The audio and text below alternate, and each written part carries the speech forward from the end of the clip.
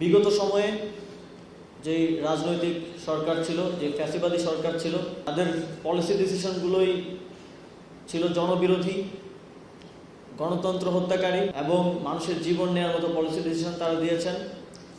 এবং প্রশাসনের মধ্যে থাকা তাদের দোসররা সেগুলো বাস্তবায়ন করেছে।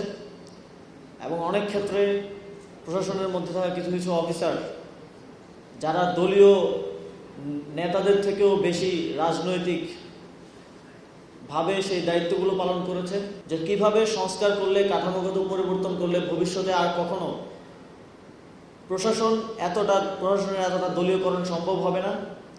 ভবিষ্যতে আর কখনো প্রশাসন এতটা দল দাসের মতো কার্যক্রম করবে না, জনগণের বিরুদ্ধে জনবিরোধী অবস্থান নেবে না।